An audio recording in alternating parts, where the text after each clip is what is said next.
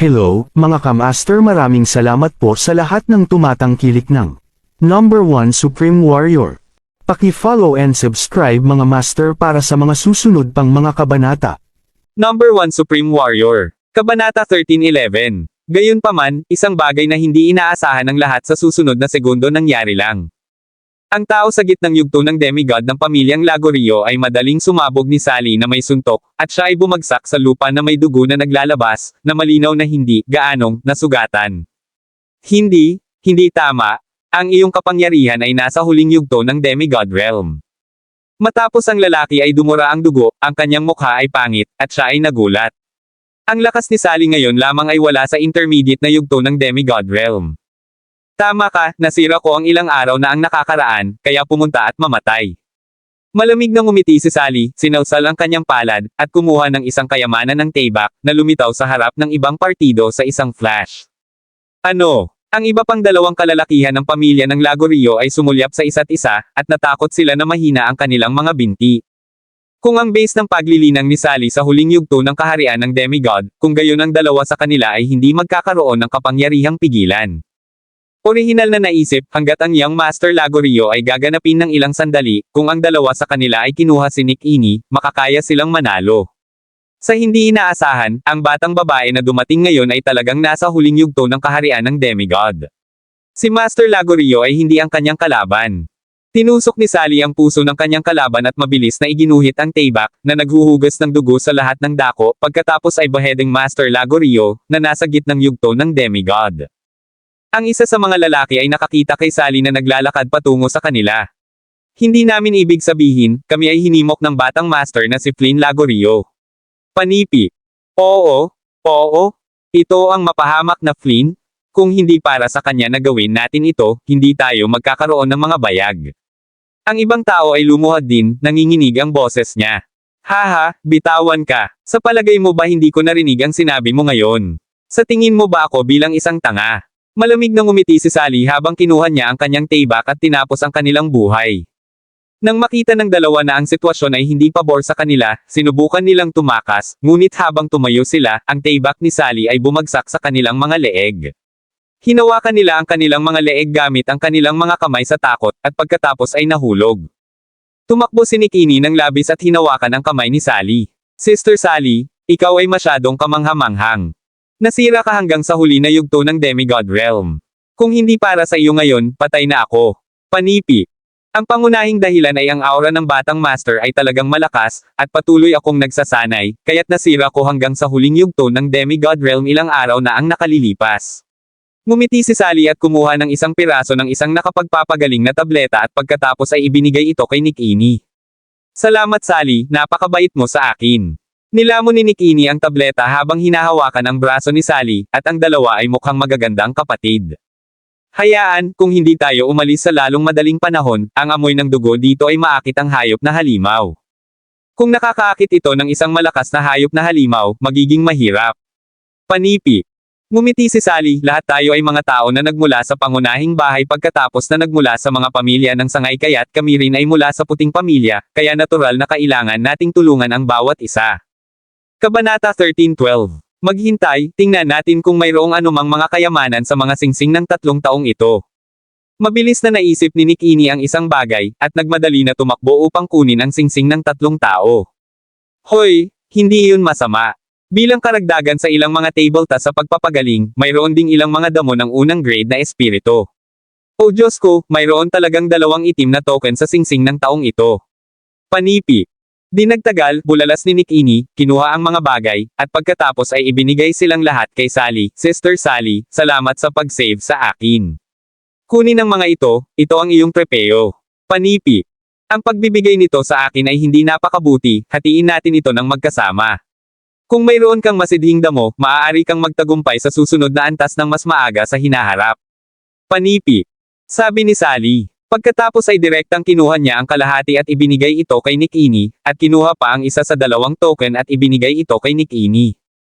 Panatilihin lamang ang token. Ang aking base sa paglilinang ay hindi masyadong mataas, at hindi ako ligtas na hawakan ito. Mayroon kang isang mas mataas na base ng paglilinang, mas ligtas ito sa iyo. Kung nakatagpo ka ng anumang panganib, makagambala ako sa kalaban. Habang maaari kang tumakas, sa palagay ko mas mahusay ito. Ngumiti si Nikini, at pagkatapos ay ibinalik ang token pabalik kay Sally. Sinulyapan ni Sally si Nikini, at sinabing adamant. Ano ang bagay na walang kaparerekon, mag-ingat lang tayo. Ang iyong base ng paglilinang ay hindi masyadong mababa, dapat itong maayos, pareho kaming magsikap upang makalabas ng buhay. Panipi. Sinabi ni Nikini, kung gayon kahit ano paman, hahawak mo ito token. Ito ay isang individual na laro, pati na rin ang isang laro ng koponan. Sa katunayan, hawak mo ang parehong token. Kung mayroon tayong higit pang mga token sa puting pamilya, magiging pareho ito. Kapag dumating ang oras, ang nangungunang ilang sa kompetisyon ng koponan ay gagantimpalaan din. Panipi. Tumanggaw si Sally, pagkatapos ay hahawakan ko muna ito token. Sa tuwing nakatagpo tayo kay Master Jackie, o pagkatapos matugunan ang mga puting miyembro ng pamilya ng tunay na batayang paglilinang ng Diyos, ibibigay natin ito sa kanila. Ito ay mas mahusay. Dahil kahit sino ang ibigay mo, hindi ito makakaapekto sa bilang ng mga pangkat, at kung bibigyan mo ito sa isang tao na may mataas na antas ng paglilinang, papayagan silang magranggo ng mas mataas sa individual na kompetisyon. Panipi. Tumanggaw si Nikini, ibig kong sabihin, sa palagay ko ang mga tao mula sa ibang mga pamilya ay susubukan ang kanilang makakaya upang bigyan ang kanilang mga token sa mga taong may mataas na antas ng paglilinang sa kanilang mga pamilya, upang maaari silang makipagkompetensya sa unang lugar. Hayaan mo, kung hindi tayo pupunta, ang mga halimaw na hayop ay maaakit sa amoy ng dugo ng ilang sandali. Ngumiti si Sally, at pagkatapos na inilayo ni Nikini at Sally ang mga bagay, ang dalawa sa kanila ay nawala sa parehong direksyon sa isang flash. Matapos maglakad ang dalawa ng ilang sandali, tumalon si Jackie mula sa isang puno na hindi kalayuan. Orihinal na, nang makita niya ang panganib na nakatagpo ni Nikini, pinlano niyang tumalon at tumulong, ngunit hindi niya inaasahan na talagang magpakita si Sally, at ang antas ng paglilinang ng batang babae ay masira. Hayaan silang magsanay ng maayos. Ngumiti si Jackie bago siya nagpatuloy na lumipad ng dahan-dahan. Kuwait, first grade na damo ng espiritu.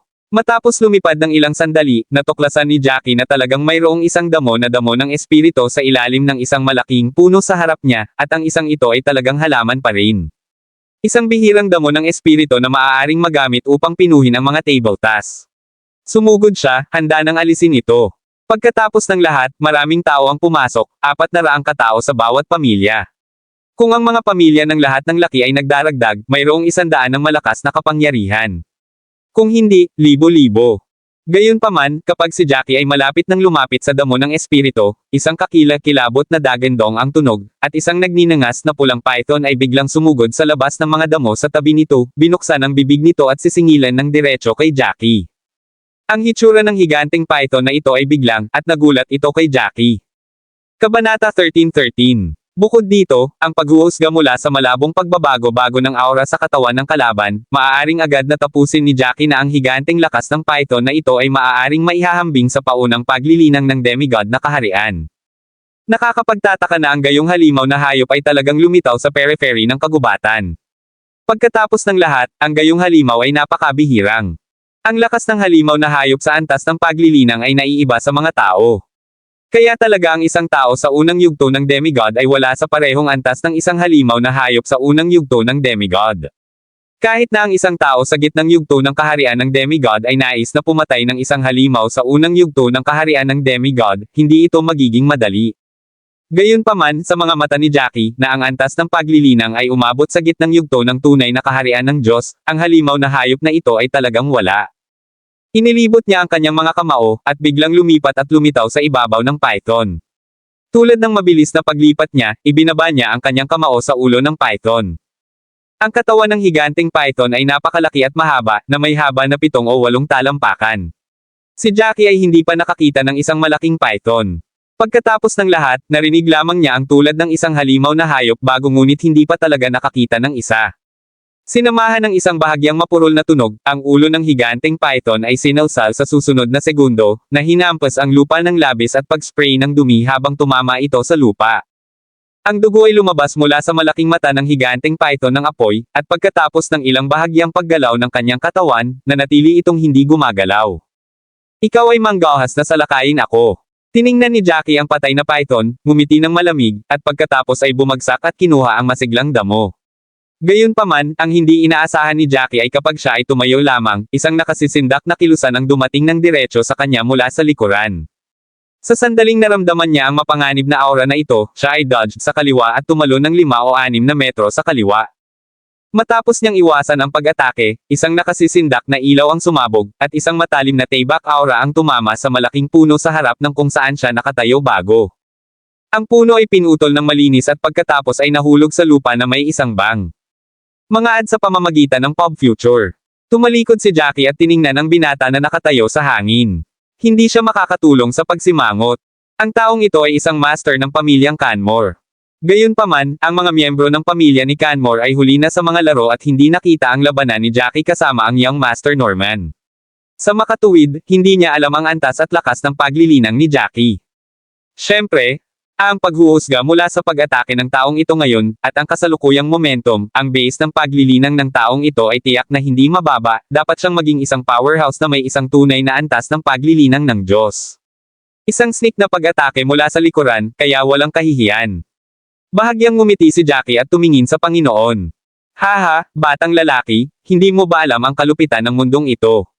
Ang ilang mga tao ay pumapatay pa sa kanilang sariling mga kapatid upang maging mas malakas o para sa mga kayamanan, hindi sa banggitin ang mga sneak na pag-atake sa mga bagay na walang kabuluhan. Panipi.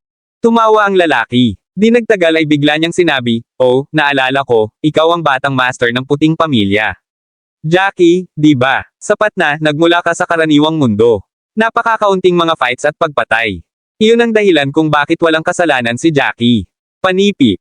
Matapos marinig ito, medyo nababaluktot si Jackie. Sa paglipas ng mga taon, nagawa niyang maging kataas-taasang mandirigma sa pamamagitan ng mga nakakapangangilabot na mga hamon, at ang kanyang paglilinang ay nasira sa kanyang kasalukuyang antas. Ang labanan na naranasan niya ay hindi bababa sa mga kabataan ng mga pamilyang anino na ito.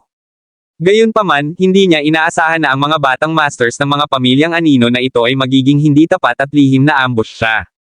Kabanata 13-14. Kahit anong sabihin mo. Inihayag ni Jackie ang kanyang sarili, at pagkatapos ay sinabi, "Nakarating na lang kami at hindi ka na makapaghintay na mag-ambush at kumuha ng mga gamit." Anong awa? Ang mga gamit ko ay hindi madaling kunin. Panipi. Ha! Ako ang apo ng pangalawang nakatatanda ng pamilyang Canmore, ang aking batayan sa paglilinang sa gitnang yugto ng tunay na kaharian ng Diyos, kaya kung interesado kang mabuhay, ibigay ang espiritual na damo na nakuha mo lang, at kaya ko pakawalan ka. Panipi. Ang tao mula sa pamilyang Canmore ay may hawak na isang mahabang tayback sa isang kamay at mukhang mas mahusay habang nagsalita siya, "Ang ugnayan sa pagitan ng aming pamilya ng Canmore at ang iyong puting pamilya ay hindi mabuti o masama. Hindi kita papatayin kung ibigay mo ito. Pagkatapos ng lahat, hindi madali para sa iyo na maging tagapagmana ng guro. Kung namatay ka ng ganito, magiging isang kahihiyan." Panipi. Gamit ang iyong base ng paglilinang sa gitnang yugto ng tunay na kaharian ng Diyos, ikaw ay lubos na tiwala. Nag-flash si Jackie. Lumipad siya ng diretso upang salubungin siya. "Well, kung ibigay mo ang iyong tayback at ang mga bagay sa iyong pag-aari, maaari ko ring pakawalan ka. Ang dahilan kung bakit papayagan kita ay dahil pinlano mong palayain ako." Panipi. Ang tao ay may isang bahagyang masasamang pagpapahayag sa kanyang mga mata, at mabilis siyang yumapekto, at pagkatapos ay ngumiti ng mapait, "Haha, kawili-wili ka, bata. Manggahas ka na bantayin ako ng aking banta sa iyo. Iyon ang uri ng kawili-wili." Panipi. Matapos ang pagsasalita, sumulong si Aura sa kanyang palad, at ang tayback sa kanyang kamay ay nagsalita ng isang kakila-kilabot na tunog ng pag-swoosh-ing. Ngumiti siya at sinabing, "Mayroon akong isang mababang grade na espiritual na armas. Ito ay lubos na matalim. Kung ako hindi sinasadyang patayin ka, hindi mo ako masisisi. Kahit na ikaw ay napaka-ignorante." Panipi. Tingnan natin kung may kakayahang gawin ito. Napangiti din si Jackie. Ang tayback ng ibang partido ay mukhang maganda, at pinlano niyang kunin ito at ibigay ito sa mga tao ng puting pamilya, bagaman ito ay isang mababang grade na armas ng espiritu, ito ay isang sandata ng espiritu pagkatapos ng lahat, ito ay mas mahusay kaysa sa mga normal na sandata. Ang kalaban ay bumagsak muli gamit ang kanyang tayback, sa oras na ito ay talagang gumamit ng isang mababang rango na martial skill. Ang isang nakasisindak na aura ng tayback, tulad ng isang nasusunog na apoy, ay sumugod ng diretso kay Jackie. Pinisil ni Jackie ang kanyang kamao, nagmadali ang aura upang takpan ang kanyang kamao, at pagkatapos ay sumabog siya gamit ang kanyang kamao patungo sa aura. Habang sumabog si Jackie ng isang suntok, nabuo ang isang malaking kamao na aura. Ang Kamao aura ay mukhang napakasolid, at ang pagbabago bago sa loob ay napakatindi na hindi ito nag-aalinlangan. Ang buong bagay ay mukhang hindi ka panipaniwala. Ang kasanayan sa martial na ito, natatakot ako na ito ay isang mataas na ranggo, ngunit ang pagbabago bago na ito. Matapos makita ang kakilakilabot na pag-atake ni Jackie, ang tao sa kabaligtaran ay naging medyo nag-aalala sa isang instant. Hindi niya inaasahan na ang bata na ito ay talagang makagawa ng gayong kakilakilabot na pag-atake. Ang slash na parang apoy ng kalaban ay mabilis na sumabog sa kamao ng aura na sumabog si Jackie, at hindi ito sapat na malakas. Isang malaking dagandong ang tunog, at isang nakasisilaw na ilaw na flickered tulad ng kidlat. Mabilis na sinira ng pag-atake ni Jackie ang pag-atake ng kalaban, at ang kanyang malaking kamao ng aura ay mas maliit at dumiretso sa lalaki sa harap niya. Mapahamak, ang base ng paglilinang ng bata na ito ay marahil ay katulad ng sa akin, ngunit paano ang pag-atake na ito ay mas malakas kaysa sa aking pag-atake? Nasa parehong antas pa rin tayo. Panipi. Ang lalaki ay mukhang takot nang makita ang sitwasyon. Nang makita na ang pag-atake ay nakarating sa kanya, agad siyang naglagay ng isang manipis na aura mask sa kanyang katawan, na nakapaloob sa kanya. Halos sa sandaling natapos ang kanyang aura shield, ang natitirang pag-atake ng kamao ni Jackie ay tumama sa kanya. Ang mask ng aura ay patuloy na nagbabago habang ang pag-atake ni Jackie ay patuloy na nag-a-offset upang kontrahin ang kanyang kalasag sa aura. Imposibleng. Kabanata 13:15. Si Harold Canmore, ang taong nakikipaglaban kay Jackie, sa lalong madaling panahon ay nadama na may mali. Nang makita ang kanyang kalasag sa aura ay nagsisimulang mag-crack, alam niya na hindi na niya mas mahaba. Imposible, ako si Harold Canmore. Imposible para sa isang tao na bumalik mula sa labas ng mundo upang talunin ako. Panipi. Sumigaw si Harold. Kasabay nito, ang mga bitek sa kalasag ng aura na sumasakop sa kanyang katawan ay naging mas seryoso. Patuloy silang lumalaki sa laki at kumalat sa kanyang katawan. Lahat ng sabay-sabay ang aura shield ay sumabog sa isang asul na pulbos na kumupa sa sandaling bumagsak ito. Ang isang kakilakilabot na boom ay tumunog, at ang susunod na pangalawang Harold ay sumabog sa hangin, na lumilipad baligtad tulad ng isang sirang saranggola, na bumagsak ng labi sa isang malaking puno. Nasira ang malaking puno, si Harold ay nag-udyok din ng isang bibig ng dugo, ang kanyang mukha ay lumubog ng maraming. Kinuha niya ang kanyang mga ngipin at tumayo, dumura ng maraming dugo. Malakas niyang tinusok ang taybak sa lupa sa ilalim ng kanyang mga paa, bahagya na sumusuporta sa kanyang sariling timbang ng katawan. Mabilis na lumipad si Jackie, at lumitaw sa harap ni Harold na may ngiti. Harold, ang apo ng pangalawang nakatatanda, ang iyong talento ay talagang mabuti. Ngumiti si Jackie, at pagkatapos ay sinabi, kung papatayin kita ng ganito, magiging awa ka na mamatay ka. Ngayon, natatakot ako na hindi ito magiging madali. Panipi. Ang bibig ni Harold ay twitched ng bahagya, ang mapahamak na bata na ito ay talagang dumating. Ha! Bata! Hindi ako mapakali. Hindi ko inaasahan na ang isang Panginoon na tulad mo ay lilito sa puting pamilya. Sumingit si Harold at itinapon ang taybak sa kanyang kamay kay Jackie na galit, kunin mo. Hindi ito inaasahan ni Jackie. Ang taong ito ay napakamapagpas siya, at ibinigay niya ang taybak ng walang pag-aatubili. Kung nais niyang patayin siya, walang ibang tao dito, silang dalawa lamang. Kung pinatay siya ni Jackie, kung gayon ang lahat ng iba pang mga bagay na mayroon siya ay magiging Jackie din, at kapag walang nakakakita nito, imposibleng malaman na ginawa ito ni Jackie. Sa makatuwid, ang taong ito ay isang matalinong tao, tulad ng isang kayamanan, kumpara sa kanyang buhay, hindi ito nagkakahalaga ng pagbanggit. Kumusta naman ang singsing mo? Nais kong makita kung mayroong anumang magagandang bagay dito. Ngumiti si Jackie at sinabi ulit. Ang mga sulok ng bibig ni Harold ay bahagyang na-tweet, ngunit pagkatapos ng pag-greeting ng kanyang mga ngipin, kinuha niya ang singsing mula sa kanyang kamay at itinapon ito kay Jackie. Kinuha ni Jackie ang singsing at tumingin, pagkatapos ay kinuha ang dalawang itim na token at dalawang first grade na intermediate na damo ng espiritu, at itinapon ang singsing kay Harold. Hindi mo gusto ang espiritu na bato. Si Harold ay kinuha, medyo nagulat. Naisip niya na bukod sa kanyang damit at iba pang pang-araw-araw na pangangailangan sa singsing, tiyak na aalisin ni Jackie ang espiritu. Hindi niya inaasahan na kunin lamang niya ang dalawang itim na token at dalawang first grade intermediate na damo ng espiritu at hindi kukuha ng espiritu. Ang mga hindi masyadong mahalaga. Inilagay ni Jackie ang mga bagay sa kanyang sariling singsing, pagkatapos ay kumuha ng isang tableta at pagkatapos ay itinapon ito kay Harold. Binibigyan mo ako ng gamot para sa pagpapagaling. Tumingin si Harold kay Jackie na may kaina-hinalang hitsura. Tiningnan niya ang tableta at ito ay talagang isang nakapagpapagaling na tableta. Ginawa nitong mas nalilito si Harold.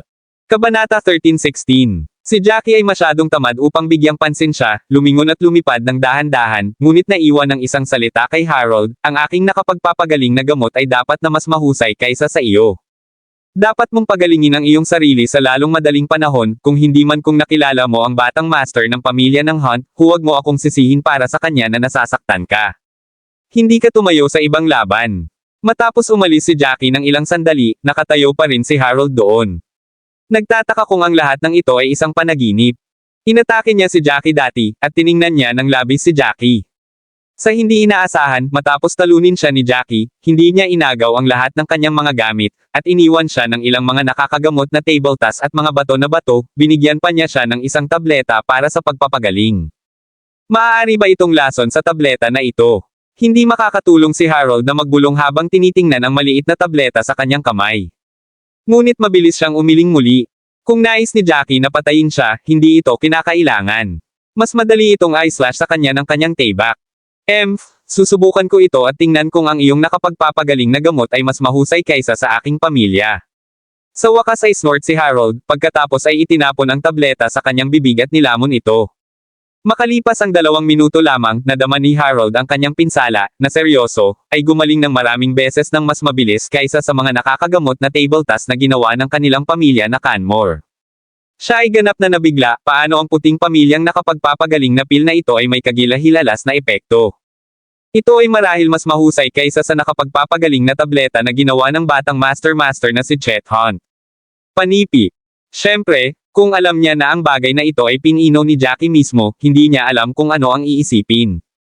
Kuwait, ang taybak na ito ay hindi masama, ngunit sa kasamaang palad hindi ito angkop para sa mga kababaihan. Kung hindi man, magagamit ito ni Selena. Panipi. Dahan-daang lumipad si Jackie. Nakakuha siya ng 2 itim na token mula sa singsing ni Harold, at 2 first grade na intermediate na damo ng espiritu.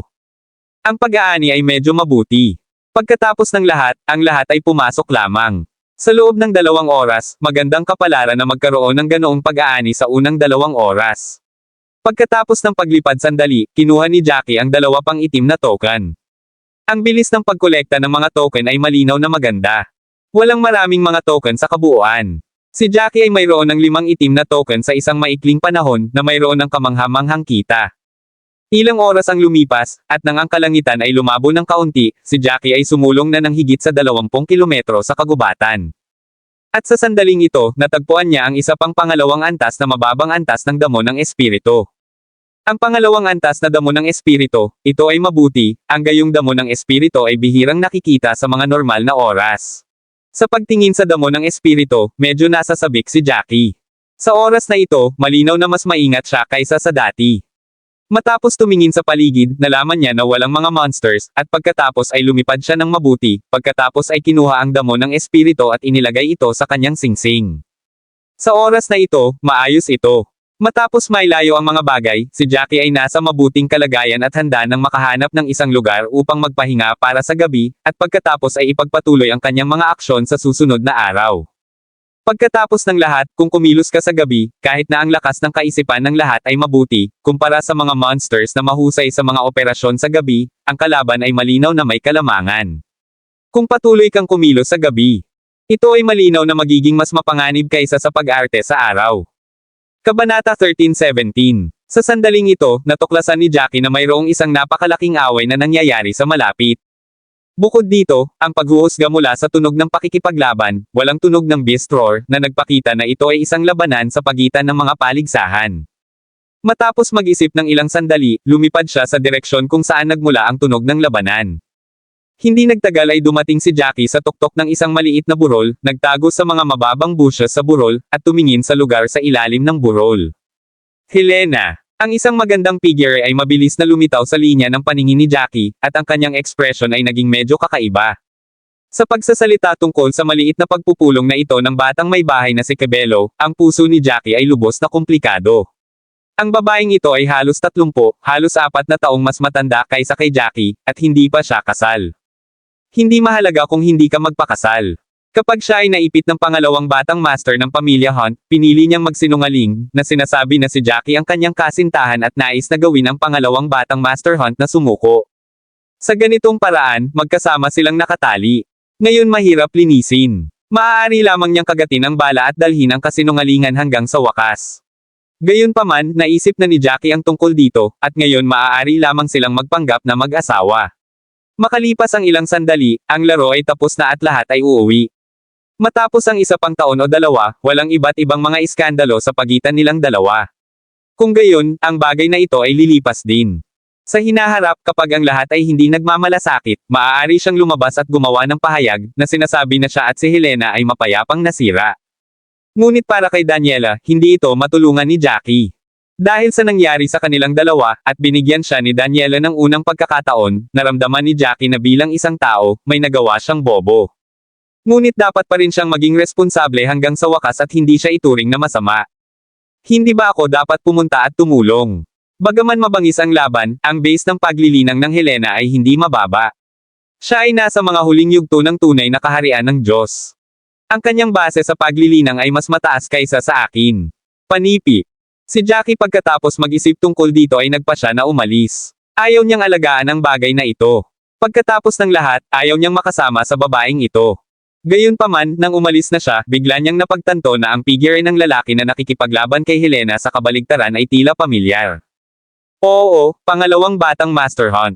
Matapos makita ni Jackie ang ibang partido, hindi maiwasang lumubog ang mukha ni Jackie. Hindi niya inaasahan na si Helena ay talagang makakasalubong ang Young Master Hunt sa unang araw pagkatapos nilang pumasok. Hindi yun tama, hindi ba ang base ng paglilinang ng Young Master Hunt sa gitna ng tunay na kaharian ng Diyos? Bakit sa palagay ko ang pagiging epektibo ng labanan ng taong ito ay mas malakas kaysa sa Helena? Panipi.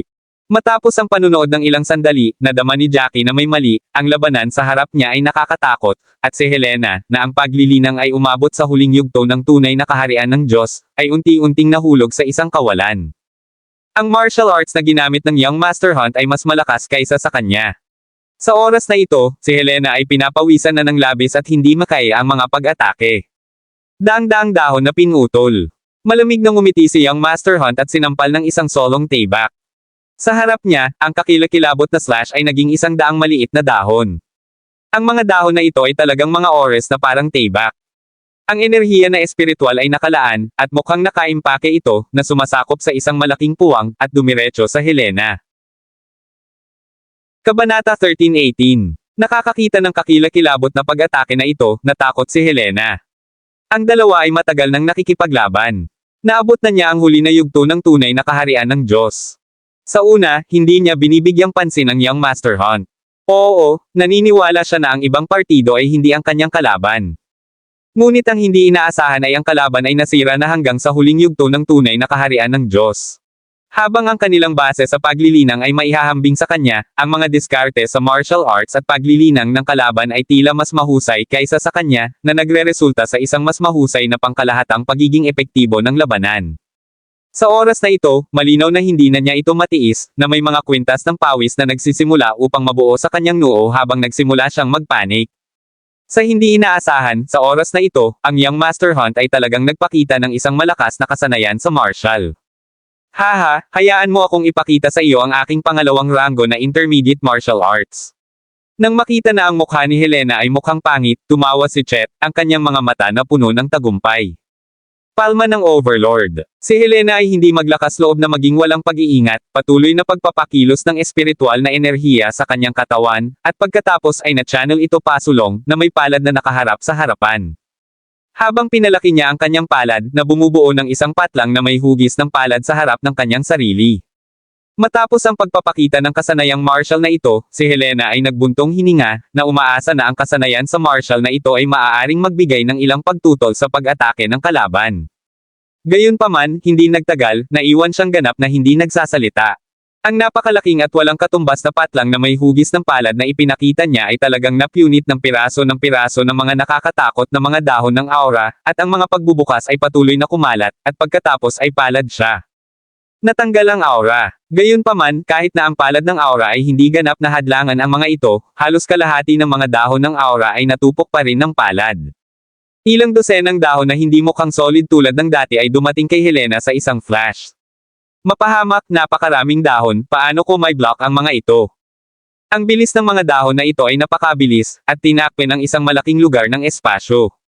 Ang mga dahon ay lumipas, at si Helena ay lumipad sa paligid, sinusubukan upang maiwasan ang pag-atake, ngunit sa huli maraming mga dahon ang tumama sa kanya. Ang mga damit sa braso ni Helena ay naputol, at ang dugo ay dumaloy mula sa mga sugat, na mukhang maliwanag at nakakagulat. Gayunpaman, hindi ito seryoso. Ang mas seryoso ay ang kaunti sa kanyang dibdib ay tinamaan ng isang dahon. Ang mga damit ay pinutol din, at dumaloy ang dugo. Ang malakas na nakakasakit na kapangyarihan ay kumatok din kay Helena ng diretso sa lupa, na naging dahilan upang umiyak siya sa sakit at ang kanyang mukha ay naging mas mapatla. Haha, ang iyong pinsala ay hindi magaan. Ang mukha ng batang Master Hunt ay nasmog, lumipad siya ng may malaking pagtawa, tumayo na hindi kalayuan kay Helena, at pagkatapos ay dinilaan ang kanyang dila, mukhang, bago ako pumasok, talagang isang matalinong pagpipilian upang madagdagan ang aking base sa paglilinang. Kung hindi ako nasira, baka hindi ako naging tugma laban sa iyo. Panipi. Bastard ka, ano ang gusto mo? Kami ang pamilyang Cabello ay hindi kailanman nasaktan ang iyong pamilya ng Pangangaso. Huwag masyadong lumayo. Hinaplos ni Helena ang kanyang mga ngipin, pinapalakpakan ang kanyang mga kamao, at tiningnan si Chet Hunt. Kabanata 13:19. Haha, hindi mo ba nasaktan ang aming pamilya ng Pangangaso? Tumawa muli ang batang Master Chet, sa katunayan, ang iyong pamilyang Cabello ay hindi nakakasakit sa aming pamilya ng Pangangaso, ngunit hindi mo ba ito nasaktan ngayon? Ang pagtanggi sa akin sa harap ng napakaraming tao, at ginagawang pangit ako, ito ay nakakasakit sa akin. Ang aking pamilya ng Pangangaso ang pinakamalakas dito, hindi mo kami dapat masaktan. Panipi. Sinabi ko, mayroon na akong kasintahan, dapat kang sumuko.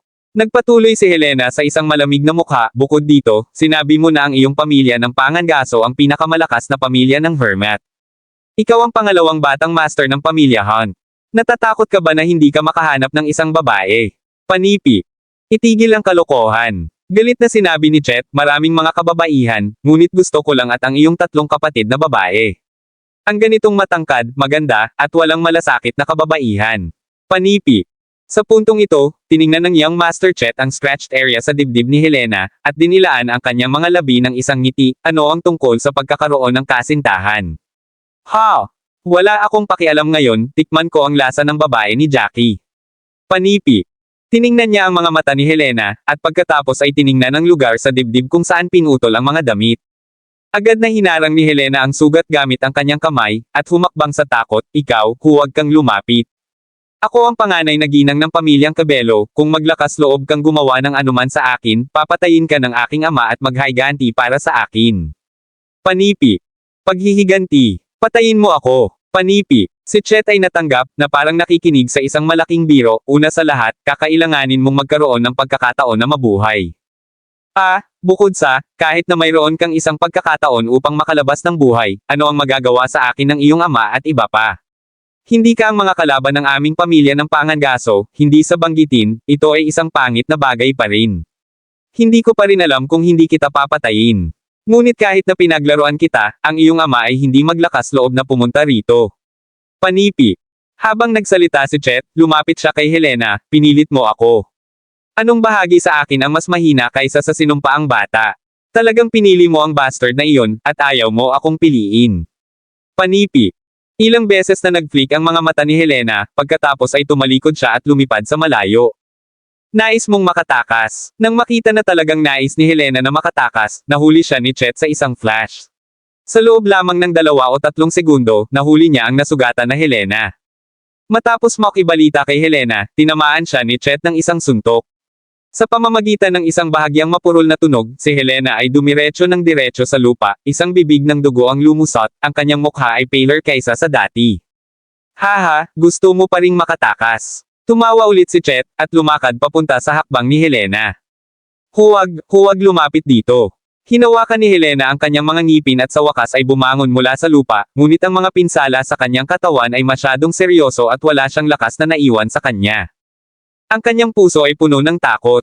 Ang Pangangaso ng Chet na ito ay hindi isang mabuting tao, at magagawa niya ang lahat. Mayroon siyang pamilya ng Pangangaso bilang kanyang taga-suporta. Ano pa, ang larong ito ay nagpapahintulot sa sinumang papatayin sa kalooban. Ginawa nitong mas matakot si Helena. Gayunpaman, sa sandaling ito, isang nakakatakot na aura ng tibak ay dumating ng diretso sa Chet mula sa ibang direksyon. Kabanata 13:20. Ang Chet ay isang malakas na tao sa huli na tunay na kaharian ng Diyos. Sa sandaling lumitaw ang Tayback na aura, nadaman niya na may mali, at siya ay lumayo, ang Tayback na aura ay dumaan at pinutol ang isang malaking puno sa kalahati.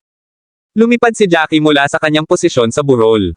Ikaw. Matapos makita si Jackie, biglang nagalit si Chet sa kanyang mga ugat na nakaumbok sa kanyang noo, kung ano ang nagkataon, ang iyong maliit na kasintahan ay malapit ng iPlay sa akin. Sa hindi inaasahan, dumating ka. Ito ay talagang kapalaran. Panipi. Ikaw, bakit ka nandito? Nakita ni Helena si Jackie, at ang kanyang ekspresyon ay lubos na komplikado. Hindi niya alam kung gaano katagal niya nakita ang mga ito. Paano siya sumugod sa oras na ito? Sinabi lang niya na ikaw ang aking maliit na kasintahan, paano ako hindi makakarating at iligtas ka? Napangiti si Jackie, ngunit nagsimula din siya ng isang biro. Ngayon, ang ugnayan sa pagitan ng kanilang dalawa, maliban sa ilang mga tao na alam kung ano ang sitwasyon, iniisip ng karamihan sa mga tao na sila ay talagang mag-asawa, na ginagawang walang magawa si Jackie. Nang marinig ito ni Helena, naging pula ang kanyang mukha, ngunit binigyan niya si Jackie ng isang mabangis na hitsura, ano ang ginagawa mo? Pumunta ka ba dito upang makahanap ng kamatayan? Hindi ako ang kanyang kalaban, kaya siguradong hindi siya ang kanyang kalaban. Sa puntong ito, nag-atubili siya ng ilang beses, at sinabi kay Jackie, mas mahusay kang pumunta, ang isang kamatayan ay mas mahusay kaysa sa dalawang pagkamatay. Upang maging matapat, si Jackie na lumalabas na ganito upang mailigtas siya ay nagparamdam sa kanya na lumipat sa kanyang puso. Naniniwala siya na dapat itong tunog ng dalawang labanan na nakakaakit kay Jackie. Gayunpaman, nang makita niya na hindi siya kalaban ni Master Hunt, alam niya na dapat na mabilis na umalis si Jackie. Kung siya ay lumabas, walang alinlangan na magtatapos ito sa pagpatay sa kanya ni Chet. Gayunpaman, nahuli siya ng sorpresa nang ngumiti si Jackie ng malamig at sinabing, huwag kang sigurado. Hindi pa niya ako pinalo.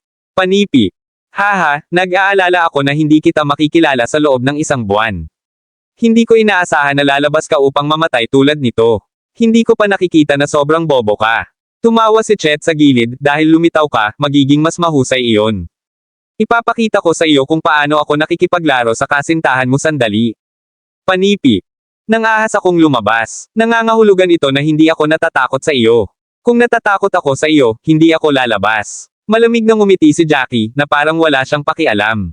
Si Chet ay natanggap, boy, medyo matalino ka, sa palagay mo ba ay matakot ako sa iyo kung sasabihin mo ito? Ako ay nasa mga huling yugto ng tunay na kaharian ng Diyos, sa palagay mo natatakot ako. Hayaan mong sabihin ko sa iyo, kahit na nasa rurok ka. Sa totoong kaharian ng Diyos, hindi ka dapat ang aking kalaban. Ang aking kapangyarihan ng labanan ay hindi maihahambing sa mga ordinaryong tao. Ano pa, alam ko na ikaw ay nasa gitnang yugto lamang ng tunay na kaharian ng Diyos. Panipi. Jackie, mas mahusay kang umalis, salamat sa iyong kabaitan, ngunit hindi ka talaga ang kanyang kalaban, maaari akong lumaban ng ilang sandali, tutulungan kita na hawakan siya, mabilis kang pumunta. Pagkatapos mong lumabas, tandaan na sabihin sa aking ama na pumatay sa akin. Panipi. Hinawakan ni Helena ang kanyang mga ngipin at aktwal na lumakad ng ilang mga hakbang pasulong, na parang naghahanda pa rin siyang lumaban. Huwag makipag-usap sa walang katuturan, hindi ko planong patayin ka, plano ko lang na matulog ka, haha, kung mayroon kang isang pagkakataon, kung nakatagpo ka ng iyong pangalawa at pangatlong kapatid na babae, mas mahusay iyon. Pagkatapos ay matikman ko ang lahat ng tatlo sa iyong mga gintong bulaklak. Pagdating ng oras, hindi ko alam kung gaano karaming mga tao ang maiinggit sa akin. Panipi. Ang pagpapahayag ng paglalaro ng batang Master Hunt, ay mukhang parang iniisip niya na si Helena ay ang kanyang paglalaro. Ang iniisip mo ay medyo labis. Humakbang pasulong si Jackie, pinapalakpakan ang kanyang kamao, at patuloy na nagbubuho si Aura. Di nagtagal ang kanyang kamao ay nakabalot sa isang makapal na aura. Maraming salamat mga ka-master sa walang sawang pagsusubaybay, isang like, share, and subscribe naman dyan mga ka-master. Abangan ang susunod pang mga kabanata.